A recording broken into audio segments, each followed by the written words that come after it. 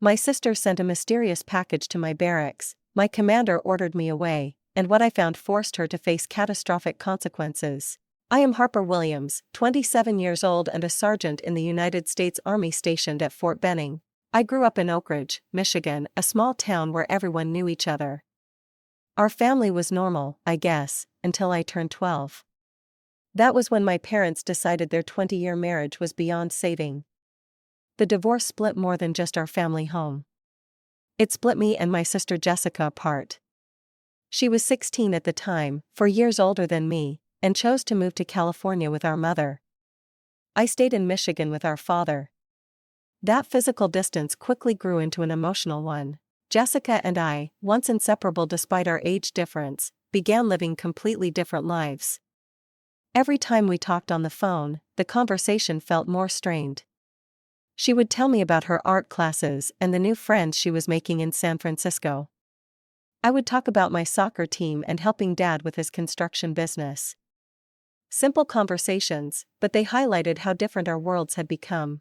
As years passed, those differences only grew more pronounced. Jessica became deeply involved in various activist communities. In college, she majored in fine arts, but spent most of her time organizing protests and attending rallies. Her social media was filled with passionate posts about corporate greed, environmental issues, and military interventionism. Meanwhile, I was taking ROTC classes in high school, drawn to the structure and purpose I saw in military service. When I announced my decision to enlist in the Army after graduation, Jessica was furious. Our phone call that night turned into the worst fight we had ever had. "You are joining the machine that oppresses people all over the world," she had yelled. "How can you be so blind? I am serving my country." I had fired back something you would not understand. We did not speak for almost 2 years after that. Dad tried to mediate, but Jessica refused to discuss anything related to my military career. She did not attend my basic training graduation. She did not write during my first deployment. It was like I had lost my sister completely. The thaw came slowly. On my 25th birthday, I received a card from her. Just a simple birthday wish with her signature, but it meant everything to me. I called her that night, and though the conversation was awkward, it was civil. We carefully avoided topics that might trigger another argument. Instead, we spoke about Dad, about her art shows, about neutral memories from our childhood. Over the next 2 years, our communication became more regular. Monthly phone calls turned into weekly texts. She even sent me a care package during my second deployment filled with snacks and magazines, though notably lacking any personal notes or photos. Still, it was progress. When I returned to Fort Benning and secured housing in the barracks, Jessica surprised me by suggesting a video call. Seeing her face for the first time in years brought tears to my eyes. Her hair was dyed purple now, and she had more piercings than I remembered, but her smile was the same. "I miss you, Harp," she had said, using my childhood nickname. "I know we do not agree on everything, but you are still my little sister." Those words began what I thought was a real reconciliation. We started calling more regularly. She showed me her art studio and introduced me to her roommates. I gave her virtual tours of the base, careful to avoid anything that might spark her anti-military sentiments.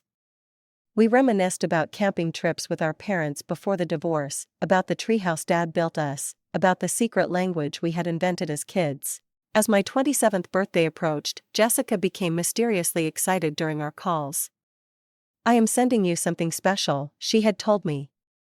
"Something that shows I am trying to understand your world better." The anticipation built with each passing day. My birthday would fall on a Tuesday and Jessica confirmed she had sent the package with enough time for it to arrive on the exact date. I had not received a real birthday gift from my sister in nearly a decade. This felt significant, like the final step in rebuilding our relationship. "What is it?" I had asked during our last call before my birthday. "If I told you it would not be a surprise," she had replied with a laugh.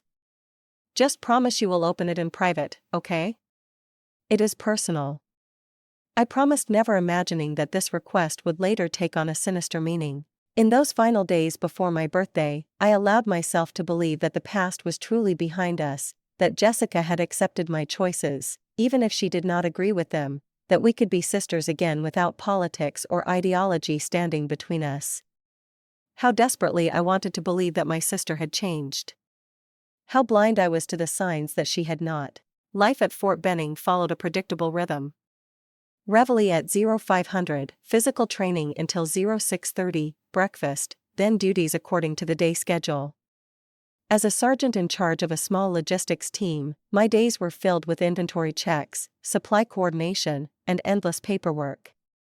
Not the glamorous combat role civilians often imagine, but essential work that I took pride in. My closest friends on base were Amanda Torres, a fierce staff sergeant from Texas who ran the armory, and Tyler Washington, a laid-back specialist who worked in communications. They knew about the complicated relationship with my sister and had listened to me vent about our differences many times over beers at the on-base pub. Family is complicated, Amanda would say, having gone through her own struggles with relatives who did not understand her military service. But they are still family. For my birthday, Amanda and Tyler had planned a small celebration. We would meet for breakfast at the mess hall where they promised to serenade me with an embarrassing rendition of Happy Birthday in front of everyone. Then after duty hours, they had secured permission for us to use one of the recreation rooms for pizza and cake. Nothing extravagant, but it meant the world to me that they cared enough to plan it. The morning of my birthday began like any other. I completed PT, showered and headed to the mess hall where, true to their word, Amanda and Tyler created a mortifying scene with their off-key singing. Several other soldiers joined in making me blush furiously even as I laughed. Commander Walker, passing by our table, even stopped to wish me a happy birthday, which was unexpected given his usually serious demeanor. "Enjoy your day, Sergeant Williams," he had said with a rare smile. "Within regulation limits, of course." "Yes, sir," I had replied, appreciating the small gesture from my normally stern commanding officer. After breakfast, I returned to the barracks to prepare for the day's duties. That was when I saw it on my bunk, a package wrapped in brown paper with my sister's distinctive handwriting on the label. My heart leapt. Jessica's gift had arrived, exactly on my birthday as promised. The package was larger than I expected, about the size of a shoebox, but heavier. It was wrapped meticulously in brown paper, sealed with an excessive amount of packing tape, and featured fragile stamps on multiple sides. Jessica had always been particular about presentation, so the careful packaging did not surprise me. I was just about to open it when I heard footsteps in the hallway. Commander Walker appeared in my doorway, clipboard in hand. "Surprise inspection, Sergeant," he announced, stepping into the room. I stood at attention immediately. "Yes, sir." His eyes scanned my quarters, noting the made bed, organized footlocker and polished boots. Everything was in order as always. Then his gaze fell on the package. "New arrival?" he asked casually. "Yes, sir." "A birthday gift from my sister in California," I explained, unable to keep the excitement from my voice. Something changed in his expression. A subtle shift from casual inspection to focused attention. He stepped closer to the package, examining it without touching it. "When did this arrive, Sergeant?" "It must have been delivered while I was at breakfast, sir." He leaned closer, studying the return address, and the small sticker near the bottom corner. One I had not even noticed. His posture stiffened. "Step away from the package, Sergeant Williams," he ordered, his voice suddenly cold and authoritative. Confusion washed over me. "Sir, that is an order, Sergeant. Do not touch that package. That is not a gift." My cheeks burned with embarrassment and bewilderment. What could possibly be wrong with a birthday present from my sister? "I do not understand, sir." "It is just a present from my sister. We have been reconnecting." "And look at this label, Sergeant," he interrupted, pointing to the small sticker I had overlooked. There, partially obscured by the edge of the shipping label, was a small symbol I did not recognize alongside what looked like a series of numbers. "What is that?" I asked, genuinely confused. "That, Sergeant Williams, is why you need to evacuate this room immediately. Bring nothing with you. Go directly to the administration building and wait for me there." His tone left no room for argument, but I could not help myself. "Sir, there must be some mistake. My sister would never." "Now, Sergeant," he barked, reaching for his radio. "This is Commander Walker. I need MP and EOD in Barracks C, room 217. Possible hazardous package. Evacuate the building immediately." The reality of the situation began to sink in. My commander was treating my birthday gift like a potential bomb. It seemed absurd, laughable even, but the dead serious look in his eyes stopped any protest I might have made. I followed his order and left the room watching as he coordinated a full evacuation of the barracks. As soldiers streamed out of the building, confused and annoyed, many of them looked at me with questioning eyes. Word spread quickly that the evacuation was centered around my room, around my package. I stood alone in the growing crowd, my mind racing with possibilities, each more unbelievable than the last. Amanda found me in the chaos. "What is happening?" she asked. "I do not know," I answered honestly. "My sister sent me a birthday gift, and now Commander Walker is treating it like it might explode." The words sounded ridiculous as they left my mouth. But within 30 minutes, those ridiculous words would prove prophetic as military police surrounded the barracks and an explosive ordnance disposal team in full protective gear entered the building. My birthday, my sister, my gift. Nothing made sense anymore. The military police moved with practiced efficiency, establishing a perimeter around the barracks and directing soldiers to designated waiting areas. I watched in stunned silence as an EOD team in heavy protective suits entered the building carrying specialized equipment. This could not be happening, not to me, not because of Jessica. Before I could process the scene unfolding before me, 2 MPs approached. "Sergeant Williams," one of them asked, though it was clearly not a question. "Please come with us." They escorted me to a small conference room in the administration building where Commander Walker was waiting alongside a woman in civilian clothes who introduced herself as Special Agent Rodriguez from the Army Criminal Investigation Division. "Sergeant Williams," Commander Walker began, his voice measured. "I need you to tell us everything about your sister and this package." For the next hour, I answered questions about Jessica, our relationship, our recent reconnection, and her promise to send a birthday gift. I explained our political differences and her past activism, but insisted she would never do anything to harm me or anyone else. "She is passionate about her beliefs," I said. "But she is not violent. She is an artist, for goodness sake." Agent Rodriguez listened impassively before sliding a folder across the table. "Is this your sister, Sergeant Williams?" Inside were surveillance photos of Jessica at various protests over the past year. Nothing incriminating on its own until I reached the last few images. Jessica with her distinctive purple hair speaking closely with a man I did not recognize. The photo was grainy, taken from a distance, but their body language suggested familiarity. "Who is he?" I asked. "Kyle Brandt," Agent Rodriguez replied. "Known member of the Sovereign Resistance, a domestic extremist group responsible for 3 attacks on government facilities in the past 2 years. My stomach dropped. That does not mean anything. Jessica talks to all kinds of people at these events. Perhaps, Rodriguez conceded. But we have more than just conversations. She produced another document, a transcript of emails between accounts identified as belonging to Jessica and this Kyle person. They discussed making statements and sending messages to military oppressors.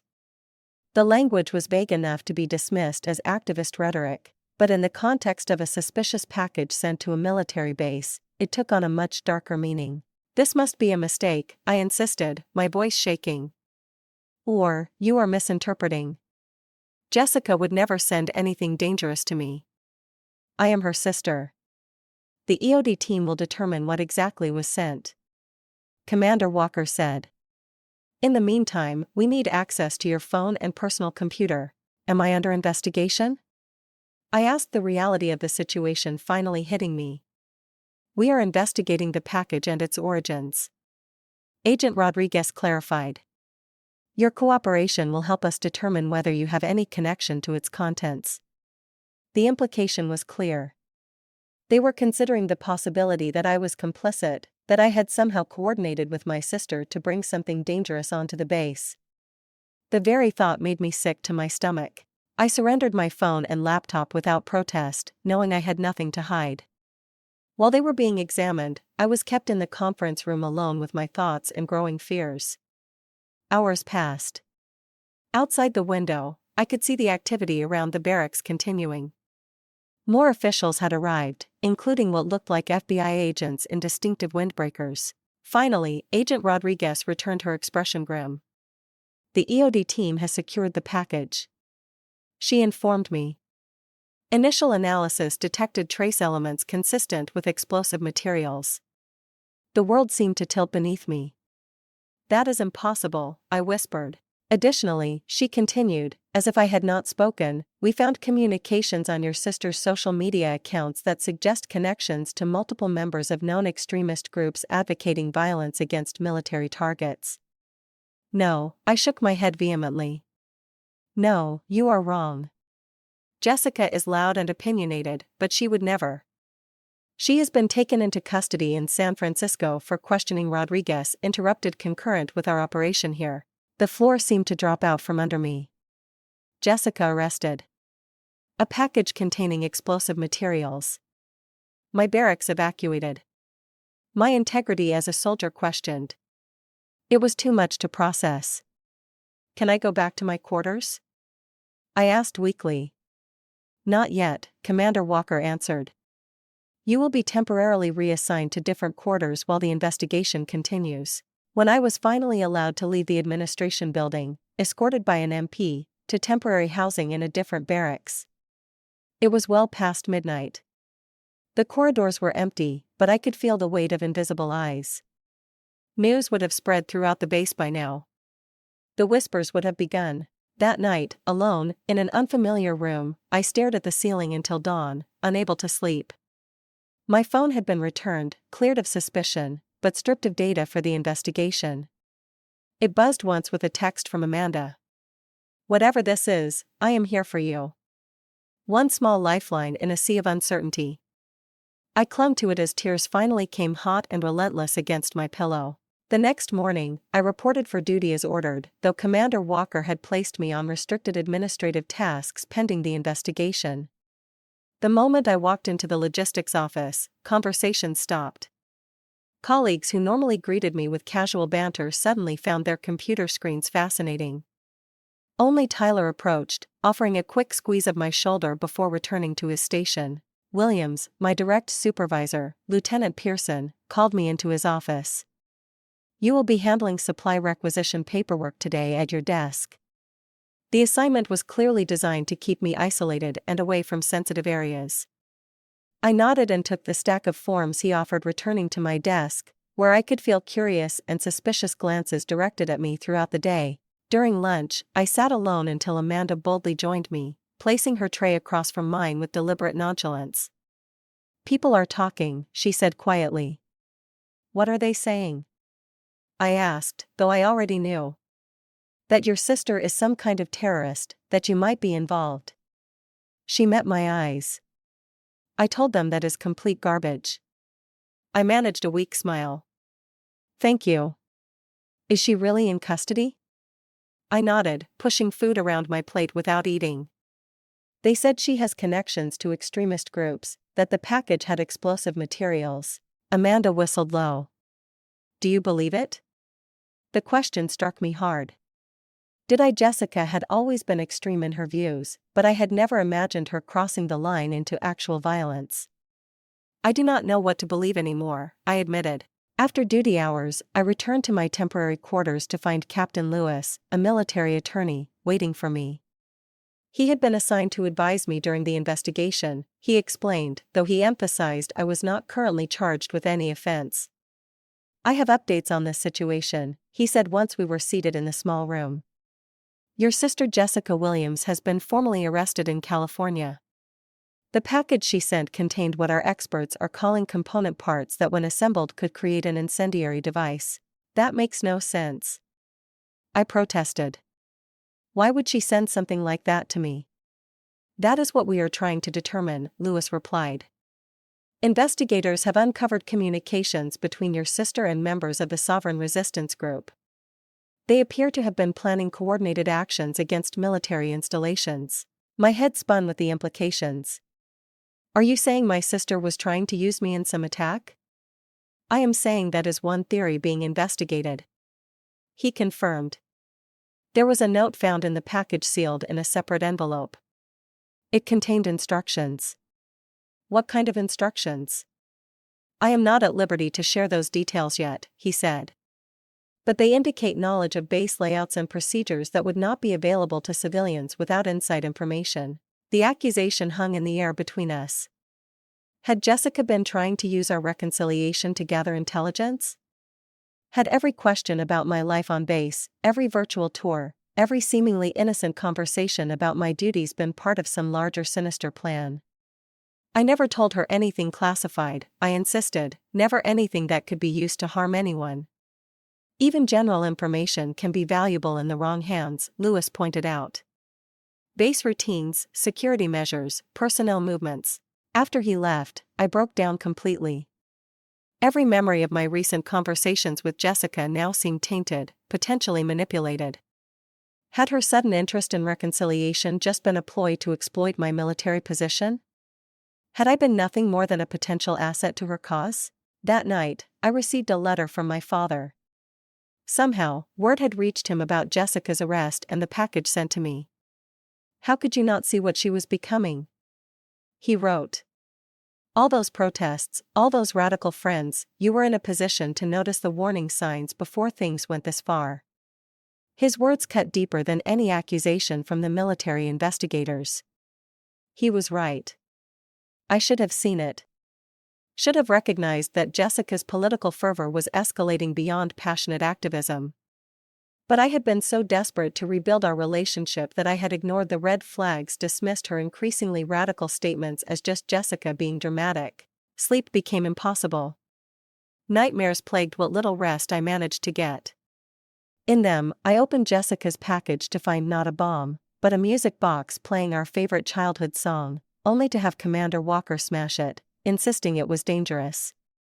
In others, Jessica laughed as military police led me away in handcuffs, calling me a traitor to both sides. 3 days after the package arrived, Amanda knocked on my door after hours. She had brought sandwiches from the PX and a deck of cards. You need to eat, she said, laying out the food. And you need to stop isolating yourself. Everyone thinks I am involved, I said bitterly. Not everyone, she corrected. Tyler and I know you better than that. And frankly, most people just do not know what to say, so they are saying nothing.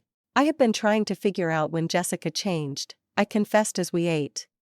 When she went from idealistic activist to whatever she is now. People rarely change overnight, Amanda observed. They just keep taking small steps in a direction until suddenly they are somewhere they never intended to be. I just wanted my sister back, I whispered, tears threatening again. Amanda reached across and squeezed my hand. I know, and that is why I know you had nothing to do with this. Your only crime was loving your sister and wanting to believe in her. Despite warnings from her superiors to distance herself from me until the investigation concluded, Amanda continued to check on me daily. Tyler too found excuses to cross my path, offering quiet words of encouragement. Their loyalty was the only thing keeping me from complete despair.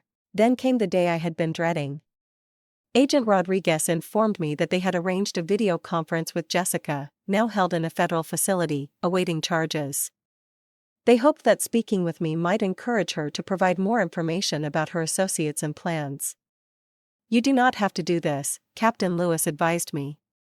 But it could help establish your non-involvement definitively. I will do it, I said immediately. Not for the investigation, but for myself. I needed to hear from Jessica directly. Needed to understand how we had arrived at this unimaginable place. The video conference was set up in a secure room at the base legal offices. Agent Rodriguez and Captain Lewis sat behind me out of the camera frame, but monitoring every word. A technician adjusted the equipment, then signaled we were connected. Jessica appeared on the screen, seated at a metal table in an institutional room. Her purple hair had faded, dark roots showing.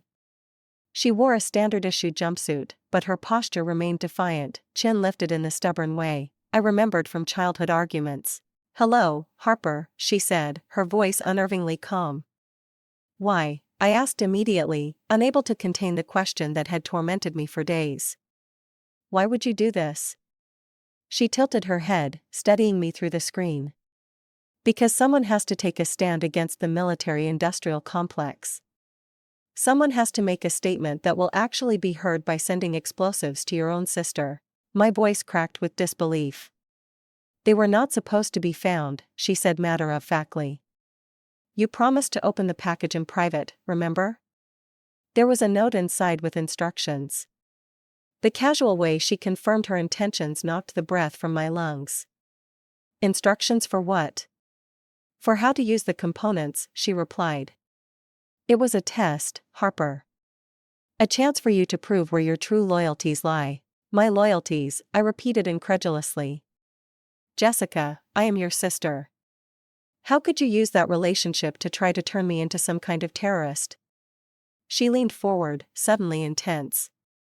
"I have been trying to get through to you for years, Harper. Ever since you joined their ranks. Do you have any idea what the military you are so proud of actually does around the world? The lives destroyed in the name of American interests. This is not about politics," I insisted. "This is about you sending a package that could have hurt people that could have hurt me." "It would not have hurt you if you had followed the instructions," she countered. "The components were safe until assembled. The note explained everything. It was your commander who created the danger by evacuating everyone and bringing in bomb squads." The twisted logic left me speechless. In her mind, she had done nothing wrong. The military's response was the problem, not her sending explosive components to an active base. "All those phone calls," I said quietly. "All those questions about my life here. You were gathering intelligence, weren't you?" Jessica shrugged. "I was trying to understand the enemy and trying to help you see that you were on the wrong side." "The enemy?" I repeated. "Is that what I am to you now?" "The enemy. You chose them over your own family, your own beliefs," she accused. "Over everything Mom and I tried to teach you. I chose to serve my country." I fired back. "That does not make me your enemy. Unless you are an enemy of the United States." Her laugh was cold. "Always the patriot. The military has brainwashed you completely." "No one brainwashed me. I made my choice just like you made yours." I struggled to maintain composure. "What I do not understand is how you could risk my career, my freedom, my life for your cause. You would have been fine," she insisted, "if you had just opened the package alone and read the note. You would have understood what I was asking of you. You could have made the right choice." "And what choice was that exactly?" "To help us," she said simply. "To use your position to place the assembled devices at strategic locations around the base, to be part of something bigger than following orders." The full scope of her plan hit me like a physical blow. She had not just sent me components. She had tried to recruit me as an accomplice, as a saboteur within the military. "You actually thought I would help you attack my own base," I whispered in horror. "My own colleagues, my friends. I thought you might finally see through the propaganda once you understood what was really at stake," she replied. "I thought blood might be thicker than the poison they have been feeding you." Behind me, I could hear Agent Rodriguez shift in her chair. This confession was damning for Jessica, confirming the conspiracy charges they were building against her. "All these months reconnecting," I said, fighting tears. "Was any of it real? Did you ever actually want to be my sister again, or was I just a potential asset from the beginning?" For the first time, Jessica's confident facade wavered slightly. "It started as reconnaissance," she admitted. "Kyle thought having someone inside would be valuable, but she hesitated. I did miss you, Harper. That part was real. Just not real enough to protect me from your cause," I concluded bitterly. "The cause is bigger than any individual," she stated. Mask firmly back in place. "Even family." The technician signaled that our time was almost up. I had one last question. How did Commander Walker know? What did he see on that package that tipped him off? Jessica's expression darkened. "The incompetent courier used the wrong labels." There was a tracking symbol that apparently was recognized from some intelligence briefing. Pure bad luck. I nearly laughed at the absurdity. My sister's terrorist plot had been foiled not by sophisticated intelligence work, but by a shipping label error. And Commander Walker's attention to detail during a routine inspection had potentially saved lives, including my own. "Goodbye, Jessica," I said finally. "I hope whatever happens, you get the help you need." Her parting words haunted me long after the screen went dark. "I am not the one who needs help, Harper. You are the one fighting for the wrong side." After the call ended, Commander Walker requested a private meeting. I expected further questioning, perhaps even restrictions given what Jessica had revealed about her intentions to recruit me. Instead, he offered me a chair in his office and surprisingly a cup of coffee. "That could not have been easy," he said simply. "No, sir," I agreed. "For what it is worth, Sergeant Williams, I never believed you were involved." Not for a moment. The unexpected vote of confidence brought fresh tears to my eyes. "Thank you, sir. But I should have seen the signs, should have reported her increasingly radical views." "Family loyalty is a powerful force," he said, "and a complicated one. Something I understand personally." He shared that his own brother had struggled with addiction for years, occasionally drawing Commander Walker into difficult situations that tested his obligations as both a brother and an officer. "The distinction between family and duty is rarely clear-cut," he told me. "We do the best we can with the information we have at the time." His words offered small comfort as I left his office. Jessica was facing serious federal charges. My own career remained under a cloud of suspicion despite Commander Walker's personal assurances, and the sister I thought I had reconnected with had been at least partially an illusion created to manipulate me. The worst part was remembering all the moments I had interpreted as genuine reconciliation. The shared memories, the laughter over video calls, the seemingly heartfelt confessions of missing each other. How much had been real and how much had been calculation I would never truly know. In the weeks that followed, I existed in a strange limbo. The most serious suspicions against me had been dismissed after Jessica's own admission that I knew nothing of her plans. Yet I remained under a subtle cloud, assigned to administrative duties and excluded from sensitive briefings. Fellow soldiers divided into distinct camps. Some, like Amanda and Tyler, stood firmly by my side, offering unwavering support. Others maintained a polite but noticeable distance, perhaps concerned that association with me might somehow taint their own records. A small minority openly avoided me, whispering when I entered rooms and falling silent when I approached. "You cannot control what others think," Amanda told me one evening as we sat in the recreation room, pointedly ignoring the group of specialists who had relocated to the furthest table when we arrived. "You can only control how you respond," easy to say, harder to live. Each sideways glance felt like an accusation, each sudden silence like a judgment. The proud identity I had built as a soldier felt fractured, tainted by association with Jessica's actions. As the investigation progressed, I considered my options. Perhaps a transfer to another base where my personal history was unknown, or more drastically, separation from the military altogether. Start fresh somewhere. My sister's name would not follow me like a shadow. During a mandatory session with Dr. Bennett, the base psychologist, I voiced these thoughts. "Running away rarely resolves emotional conflicts," she observed. "The questions you were struggling with about trust, family, and identity would follow you wherever you go." "But at least I would not see the doubt in everyone's eyes," I countered. "Is that doubt real, or is it a projection of your own feelings?" she asked. Guilt by association is a heavy burden to carry, especially when you have done nothing wrong. Her questions forced me to examine my own reactions. Was I seeing judgment that wasn't actually there? Was I anticipating rejection based on my own sense of betrayal and shame? A week later, Commander Walker called me into his office again. This time, his expression was grave. "The prosecution has requested that you testify at your sister's preliminary hearing," he informed me. "As a material witness to her statements regarding the package and her intentions." My stomach clenched. "Do I have a choice, sir?" "Legally, you could be compelled," he acknowledged. "But that is not why I called you in." He leaned forward, hands clasped on his desk. This is about more than legal proceedings, Sergeant. This is about where your loyalties truly lie. My loyalty is to my oath, sir, I said automatically. And what about your loyalty to your sister? He asked quietly. The question pierced through my professional facade. I do not know if I have a sister anymore, sir. Not the one I thought I did. He nodded slowly. Family and duty sometimes conflict in ways we never imagine when we take our oath. I cannot tell you what to do here, Williams. This is a choice only you can make. That night, I called my father for the first time since receiving his letter. The conversation was difficult, stilted with unspoken accusations and regrets.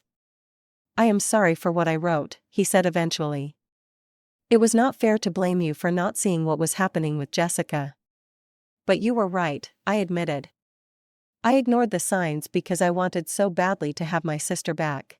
We both did, he sighed. Your mother and I have been talking. She blames herself for encouraging Jessica's activism without recognizing when it was becoming something dangerous. We spoke for hours piecing together the puzzle of Jessica's transformation from passionate advocate to extremist. The gradual isolation within increasingly radical groups. The influence of charismatic leaders like Kyle Brandt. The echo chamber that reinforced and amplified her most extreme beliefs until violence seemed justified. Will you testify? My father asked finally. I think I have to, I replied, not just for the case, but for myself, to draw a clear line between loving my sister and condoning what she tried to do. News of Jessica's arrest and the thwarted attack had reached national media by this point. Sensationalized headlines described military family divided by extremism and soldier targeted by activist sister. My name was rarely mentioned directly, but anyone on base could make the connection. The most difficult moment came when I was called to the legal office to review my expected testimony. The prosecutor, a civilian Department of Justice attorney, showed me evidence I had not previously seen, including the full text of the note found in Jessica's package.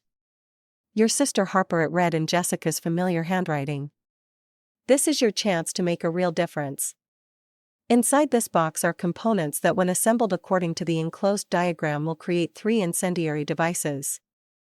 Your mission, should you choose to accept it, is to place them in the locations marked on the attached map. The timers are set for 0300 on the 15th. By then, you should be well clear of the base. This action will send a message that cannot be ignored without risking a single life. Choose the right side of history. The casual way she had planned for me to become a traitor, to risk everything I had worked for, to betray my oath and my colleagues, left me breathless with anger and hurt. The day of the preliminary hearing arrived all too soon. I sat in a conference room at the federal courthouse in my dress uniform, waiting to be called.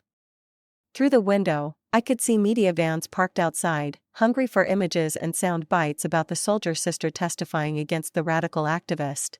When I finally entered the courtroom and saw Jessica at the defense table, it was like looking at a stranger. She wore standard jail attire, her previously vibrant hair now a dull purple-brown, her expression closed and defiant. She did not meet my eyes as I was sworn in. I testified truthfully about our relationship, our recent reconnection, and the birthday package. I recounted our video conference and her admissions about the components and her intentions to recruit me. Throughout my testimony, Jessica stared straight ahead, showing no reaction.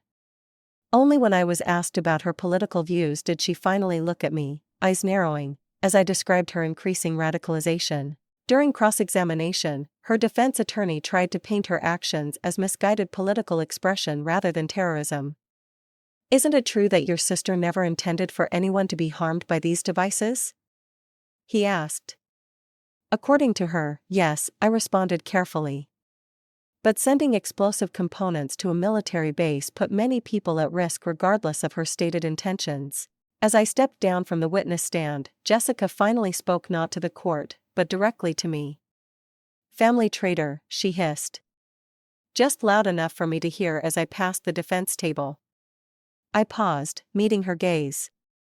No, Jessica, I am loyal to my country, my oath, and the truth. That does not make me a traitor to family. It makes me true to myself. Outside the courthouse, I declined to speak to the press, slipping out a side entrance with Amanda, who had taken leave to support me. Back on base, I went directly to Commander Walker's office. "I want to stay," I told him without preamble. "I want to continue my service here at Fort Benning. No transfer requests, no separation papers." He studied me for a long moment. "Are you certain? No one would question your decision to make a fresh start elsewhere." "I am certain, sir," I replied. Running away would only convince people there was something to run from. "I have done nothing wrong and I will not act as if I have." He nodded, the barest hint of approval in his eyes. "Very well, Sergeant Williams. I believe that is the right decision." That evening, Amanda and Tyler surprised me by organizing a small gathering in the recreation room. About a dozen soldiers were there, including some who had been keeping their distance since the incident. "We wanted you to know you are not alone," Tyler explained, handing me a soda. "And that most of us never doubted you for a second." One by one, colleagues approached to offer support, to share stories of their own family conflicts, to simply treat me like one of them again. It was not universal acceptance, but it was a start, a foundation to rebuild upon.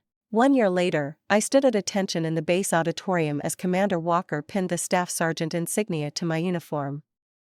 My promotion had come through, delayed but not denied by the events surrounding Jessica's case.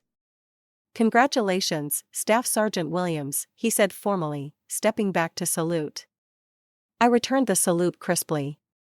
"Thank you, sir." In the audience, my father watched with undisguised pride. He had flown in from Michigan specifically for the ceremony.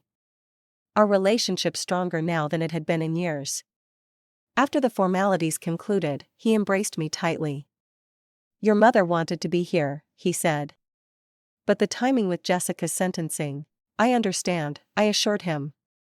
Jessica had received a 15-year federal sentence after pleading guilty to reduced charges of conspiracy and attempting to provide material support for domestic terrorism. Our mother had chosen to be present for that hearing, unable to abandon her eldest daughter despite everything. I had chosen not to attend the sentencing. My testimony at the preliminary hearing had been obligation enough. I had said my piece, drawn my boundaries, and now needed to focus on rebuilding my life and career. My new role as staff sergeant came with additional responsibilities, including training junior enlisted personnel on security protocols and threat recognition. Commander Walker had specifically recommended me for this position, believing my personal experience provided valuable perspective. Sometimes the most dangerous threats come from where we least expect them. I would tell each new group of soldiers from people who know our routines, our vulnerabilities, our blind spots. I never used Jessica as a specific example, but her tactics informed every aspect of my training approach. I taught soldiers to question unusual interest in base operations, to be wary of sudden reconnections with estranged contacts, to recognize when personal relationships might be leveraged for information gathering. The experience had changed me in profound ways. Trust once given freely now came more cautiously. But rather than becoming bitter or paranoid, I channeled these lessons into constructive paths. I began volunteering with the Family Support Center, working specifically with military personnel experiencing difficult family situations. Drawing on my own journey, I could offer both empathy and practical guidance for navigating the complex terrain where family loyalty and military duty intersect. "You cannot control how others act," I would tell them, echoing Dr. Bennett's wisdom. "You can only control your own responses and boundaries." Commander Walker became something of a mentor during this period. He had faced his own family challenges supporting his brother through addiction recovery while maintaining his military obligations. His example helped me see that it was possible to honor family bonds without compromising core values or professional integrity. The military talks about the chain of command, he told me during one of our regular check-in meetings. But there is also a chain of loyalty that every service member navigates daily, to country, to unit, to family, to self. The links sometimes pull in different directions. Those words resonated deeply. The past year had been an exercise in realigning those chains, in finding a balance that honored all my commitments without betraying any of them. Jessica and I had not spoken since the preliminary hearing. She had written several letters which remained unopened in my footlocker. Perhaps someday I would read them, but not yet. The wound was still too raw, the betrayal too profound. Instead, I focused on the family I had chosen, Amanda and Tyler, who had stood by me through the darkest days. Commander Walker, whose belief in me never wavered. My fellow soldiers, who had eventually welcomed me back into their fold without reservation. That summer, I took leave to visit my childhood home in Michigan. My father had maintained the property all these years, preserving the treehouse where Jessica and I had spent countless hours imagining adventures and sharing secrets. Standing beneath it, I was flooded with memories both sweet and painful. I climbed up surprised that the old structure still held my adult weight. Inside, our childish drawings remained on the walls, protected from the elements by the sturdy roof our father had built. Jessica and me, stick figures holding hands beneath a bright yellow sun. That evening I sat at the kitchen table and wrote a letter not to Jessica but to my younger self. I wrote about the complexity of love and loyalty, about the subtle ways manipulation can disguise itself as connection, about the strength required to stand in your truth when it would be easier to look away. The hardest lesson I wrote is that sometimes the people we love most are not who we believe them to be. And the second hardest is learning that this truth does not diminish the reality of our love for them, only changes its shape. Returning to Fort Benning, I brought a new sense of peace. Jessica's actions had threatened my career, my reputation, and potentially lives on base. But they had not defined me. I had defined myself through my responses, my choices, my resilience. For my 28th birthday, exactly 1 year after the package that changed everything, Amanda and Tyler organized another celebration. This time, nearly 30 soldiers attended, bringing small gifts and genuine good wishes. Commander Walker even made an appearance, staying just long enough to raise a toast. To Staff Sergeant Williams, he said, lifting his glass of punch, whose loyalty to her oath and her principles never wavered, even when tested in ways few of us could imagine. The room echoed with hear glasses clinked. Looking around at these people, my chosen family, I felt a fullness that had been absent for too long. Jessica had been wrong about so many things, but perhaps most fundamentally about the nature of loyalty itself. True loyalty is not blind adherence to blood ties or ideological positions. It is a commitment to truth, to integrity, to the highest values of those we choose to align ourselves with. I had lost the sister I thought I had, but in the process discovered strengths within myself I never knew existed. I had found deeper connections with colleagues who stood by me when it would have been easier to distance themselves. I had rebuilt a relationship with my father based on mutual respect rather than simple biology. Sometimes the most profound gifts come disguised as losses. The package Jessica sent was intended to destroy, but what emerged from that destruction was something stronger, more authentic, more genuinely mine.